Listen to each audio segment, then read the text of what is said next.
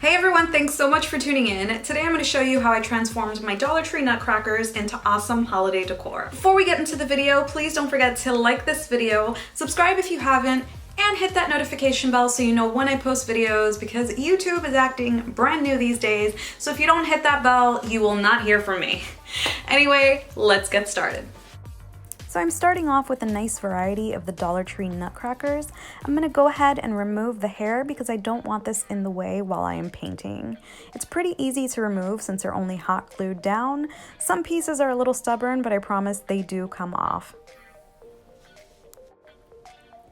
So the two colors that I used are Baby Pink by Folk Art and their metallic Inca Gold. I did use another gold and I'll show you in just a second.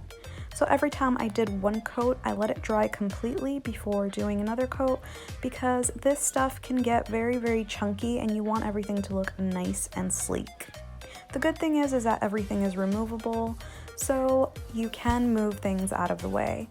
Now here you see the difference in color between the two and everything that was altered.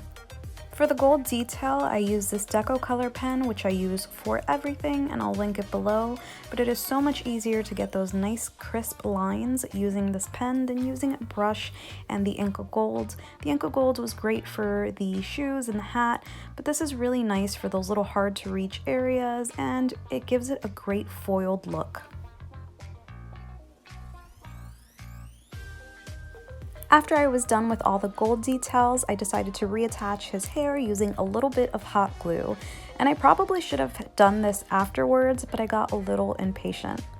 So now you can use your Deco Color pen to draw on some details, but I decided to use the diamond wrap from Dollar Tree and just add little strips where he had his little details before, and I made sure everything fit nicely. So now that all of the nutcrackers are decorated, we can move on to our DIYs.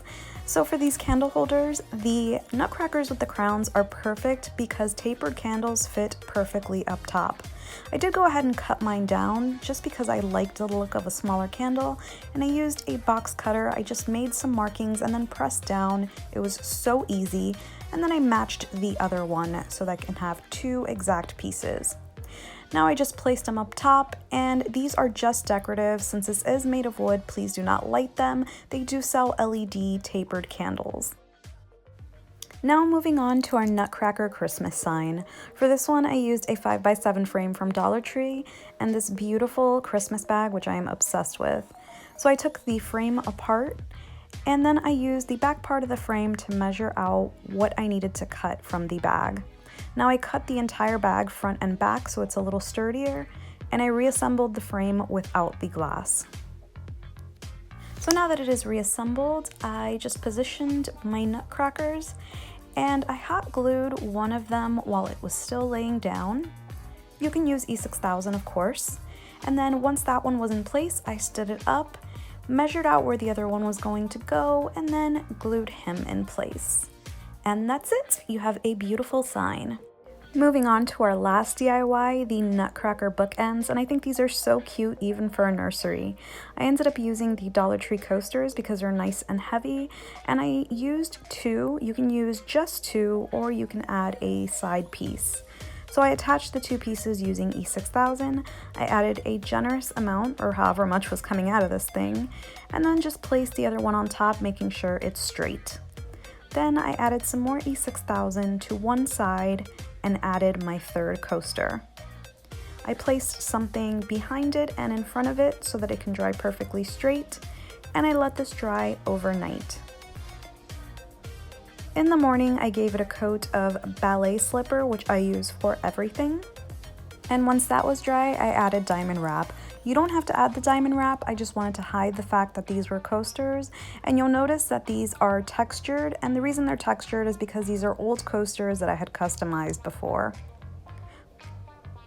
So once all the bling was in place and cut down, I used E6000 to attach my nutcracker directly onto the coasters, and that's it. I have 3 beautiful Christmas DIYs.